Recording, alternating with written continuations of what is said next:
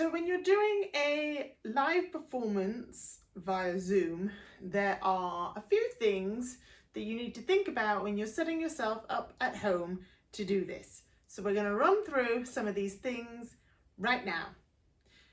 First things first, where are you going to have your computer, webcam, or device that is filming you via Zoom?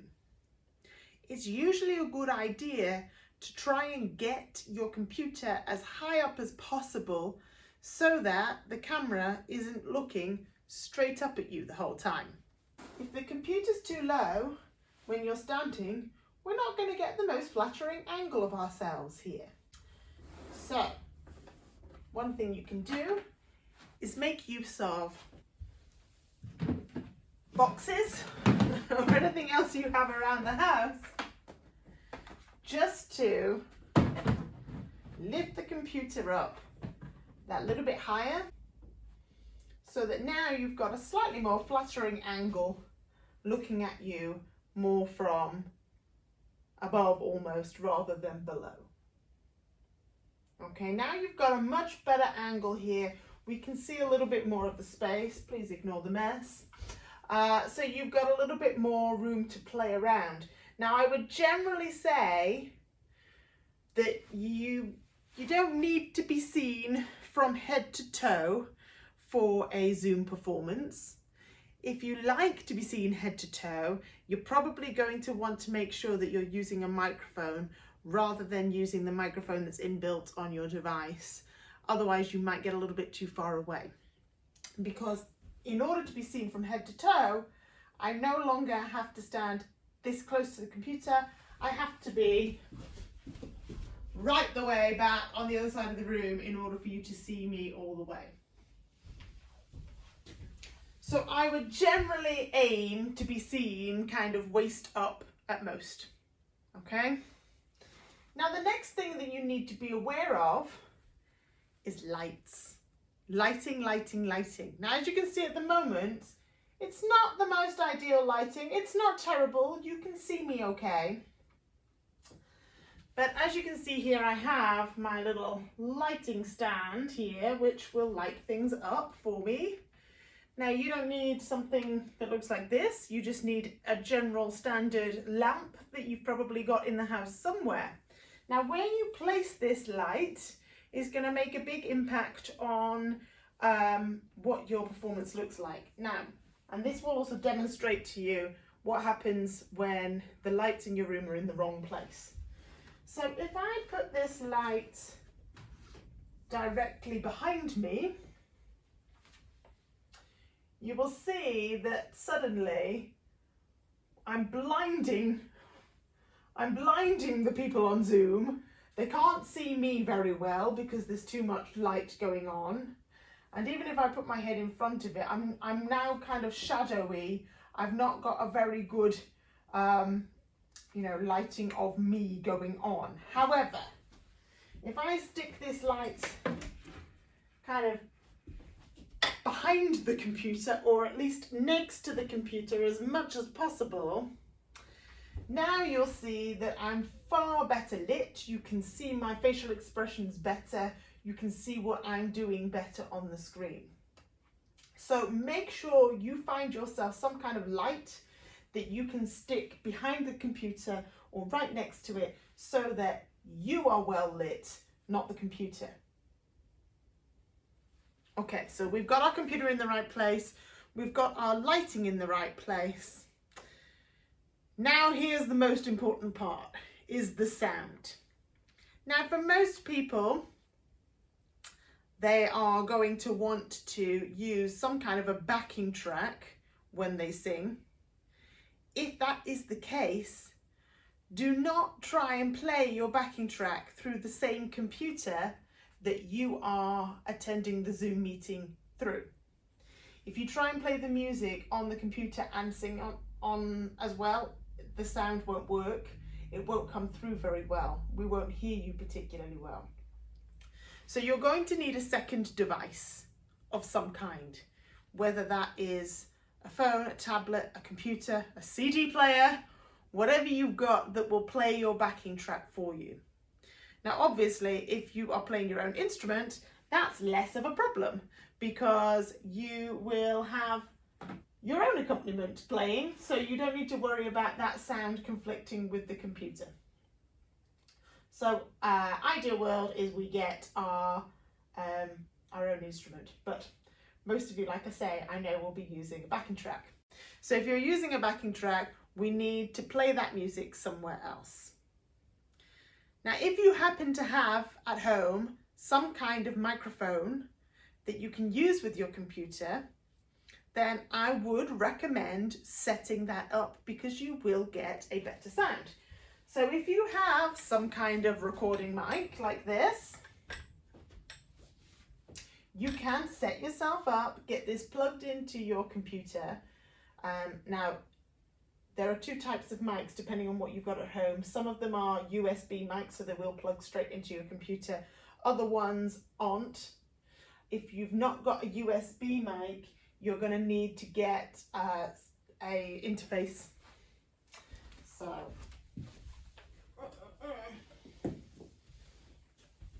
something like this little thing, which you can then plug your mic into, and then this has a USB output that then you can plug into your computer. Okay, now obviously this is for a Mac, so I've got an adapter on it so it'll plug into my Mac. This will allow you, once you've set this up in your audio settings, and you must do that if you haven't already done so, but I'm presuming if you've got one of these at home, you've already plugged it into your computer, you've already figured out how it works and how to get it onto your computer system. You just need to make sure that in Zoom, this is your input audio of choice. So now this brings me to audio settings in Zoom. So within Zoom, there are certain settings that you need to have set up so that we hear you correctly. Zoom has a habit of muting singers because it thinks that some of the notes that we're singing are background noise. So I'm just going to walk you through now and you'll see this happening. Hopefully you can see my mouse here. When you're in the Zoom meeting, and you can do this yourself, you can go into Zoom. If you haven't already signed yourself up for a Zoom account personally, it's free. Sign yourself up for a Zoom account. Then you can just start a meeting like I've done here, all by yourself. I'm in a meeting by myself. That's how sad I am. So here, once you're in the meeting, next to this mute button in the bottom corner, you'll see there's a little up arrow. If you click on that, that brings up all of your settings. Now you can see here at the top there, that's where it's allowing you to select a microphone. Now I've not plugged my my mic in, so at the moment it's only giving me the option of the MacBook microphone. So at the moment I'm just using the inbuilt microphone on my Mac. But if I were to plug my microphone in, I could select that here. That's where I would do that. Speaker wise, if you've got separate speakers, just make sure that that's coming out the right speaker. Now remember, we're not playing our music through this device that we're zooming on, so you need to set that up somewhere else. So if you want to test them, you can use this one here to make sure that it's all working fine. But the bit that I'm particularly interested in is this bottom button here. This is your audio settings. So if you click here, you get this coming up. Now, depending on which version of Zoom you are running, you may or may not have different settings on here. Now, I would always recommend that you make sure you have the most recent version of Zoom running on your computer, because as things update, sometimes they stop working in the previous ones. So now you can see straight away, look at that, this is giving me the input level of my microphone. So that gives you a good idea. If you are not sounding loud enough, you can change the input of your microphone here. So I can make it louder or softer. So the settings that I really want you to watch out for is this one, suppress background noise. Now, as you can see, I've got mine selected to low. You might have yours on auto. Now, if it's on auto, it will try and mute you at certain times. So you must make sure that this is set to low so that it won't try and mute what it considers to be background noise, because some of your singing it will consider to be background noise. Okay. Now the other thing that you can do is here, if you click on the show in meeting option to enable original sound from microphone, if you select that, oh, I'm on the wrong bit here. So once you've selected this show in meeting option to enable original sound, you then get an option to select high fidelity music mode. Okay, now this can be a good setting for you because we're playing music. Right. You can also choose the stereo audio if you're using an interface. I would recommend having a little play around with all of these. We don't need ringtones. Okay, so once you've set your audio settings in Zoom, Zoom remembers that. So if you do it in a little individual meeting like I'm doing now, the next time you log on through your Zoom account, it will remember those audio settings. So you must make sure you are signed into your Zoom account, or at the beginning of the session, just double check that those settings are still in place so that it doesn't disrupt. Now, what I would recommend you do is I would recommend that you set yourself a meeting, you set all your audio up, and then you make very good use of this recording setting within Zoom. So down at the bottom here, recording, if you hit record, you have the option to, well, actually, if you're in a paid account, you have the option to record into the cloud. If you have a free account, you'll only have the option to record onto the computer. So when you record onto the computer, what it will do is it will start recording straight away, and when you end the meeting, it will download the recording onto your computer. Now, the reason I'm saying make the most of this is because it allows you to have a little practice run, film it as everybody on Zoom would see it, watch it back, and just check that the audio sounded how you liked it.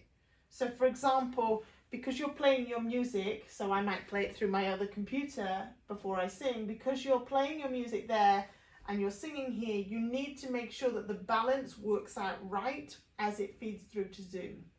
So I would recommend spending half an hour just recording a little bit, recording yourself doing the song or even half the song, stopping the meeting, wait for it to finish, watch it back, and then you can decide whether you need to change the audio settings in any way. Maybe your microphone needs to be louder or softer in general. Did it kind of, if it's distorting, if you're getting a lot of kind of loud fuzziness going on, then it might be that you need to reduce the volume of your microphone. Or if you could barely hear what's going on, you might need to go in and turn the volume up. But the important thing is that it's trial and error. You need to give it a go because technology, likes to mess about with us. So the more prepared you are, the better. Okay, so we've dealt with where our computer is, where our camera is, how we've lit ourselves, and we've sorted our sound out. The final thing to consider is, where are you performing to when you perform? Now, ideally, people are going to connect with you better if you look at the camera. Now, the camera on most computers and devices is not necessarily where you would look to see all the other people. So it might be that when you're looking at all the other people, it looks like you're looking down there the whole time. Now, if I'm trying to perform and I'm looking down here, I'm not really connecting with my audience very well. So instead, we have to get used to the idea of looking not at ourselves or at the other people, but directly into the lens of the camera, wherever that is. Now, on my Mac, that's actually not too difficult because the camera is right by where I would be looking right now to see myself. but I definitely get a better eye contact if I don't try and look at myself and I do try and look just at the camera instead. Difficult, I know, but it's worth practicing. Now your camera might be quite a long way away. If you've got a webcam that is kind of plugged in, you can position that wherever you want. So it might be that you have to look, you know, slightly over here in order to look like you're looking straight into the camera. So that's the next thing you need to watch out for, is that if you can, we want to be looking into the lens of the camera. That's how you best connect with your audience in a visual sense. If, however, that's going to make you incredibly nervous doing that, we don't want to add to the nerves any more than we have to. You can take the option to sing slightly off, so that you are performing as if there is somebody stood next to your computer. So you've still kind of got out the side here an idea of what's going on Zoom, but you're focusing just off here so that you're not having to look directly at them. You can also experiment with keeping the Zoom meeting running but closing the window down so that it's not too distracting and you're not staring at yourself and you're just looking at your computer as much as possible. If you're not quite at that stage yet where you can sing without using your lyrics, which I hope most of us are, but if you're not and you absolutely need your lyrics, then I would recommend having them on the screen that you're looking at the camera of, or if your camera is away from the screen, have them right by the camera so that you can kind of glance at the lyrics and then glance up to sing the line, glance at the lyrics, glance up to sing the line, rather than constantly be staring down here at the words. Do not put them down on the table, because then what will happen is that you will end up doing a performance that looks like this the whole time, because you will not be able to help yourself from looking down at your words, and then all we're seeing is the top of your head and our terrible roots that we've not been able to have done because the hairdressers are closed. Let's not go there. So, to summarize, lights, camera, sound, action. Practice using Zoom so that you are used to the setup and you have got the sound working the way you want it to work. Make sure the audio settings are set correctly within your Zoom so that you're not going to get any of it lost. The final thing that I wanted to recommend is, if you have access to or can get a hold of an Ethernet cable, I would highly recommend doing this. A lot of the issues that we get getting Zoom kind of pictures and sound come from the speed in which it is being uploaded on your end. When you use wireless internet, that speed is significantly slower than when you're cabled in. So to give yourself the best chance of a good quality picture beaming its way to everybody else, get yourself plugged into your router rather than relying on the wireless, which could be fluctuating, especially if there are other people in your household that are using the internet at the same time. So if there are kids in your house who are trying to stream Netflix whilst your Zoom meeting is taking place, there's going to be a bit of an argument for the bandwidth. Whereas if you are cabled in, you will always win that fight. So the other recommendation I have is to try and get a cable, an Ethernet cable. And if your Wi-Fi box, if your router is somewhere far away from where you're going to be setting up, then get yourself a super long one and just run it through the corridor temporarily. Or out through a window. That's what I did. I had it out through the window at home when I'm working from home. So the cable went out of the living room window, up in through the bedroom window that I was using as an office. Did the job, and internet was far more reliable that way. I think that's everything I need to tell you. If there's anything I haven't covered and you have questions about it, please just send us a quick message. We'd be more than happy to help you out with that. I'm looking forward to seeing everybody at the Saturday session.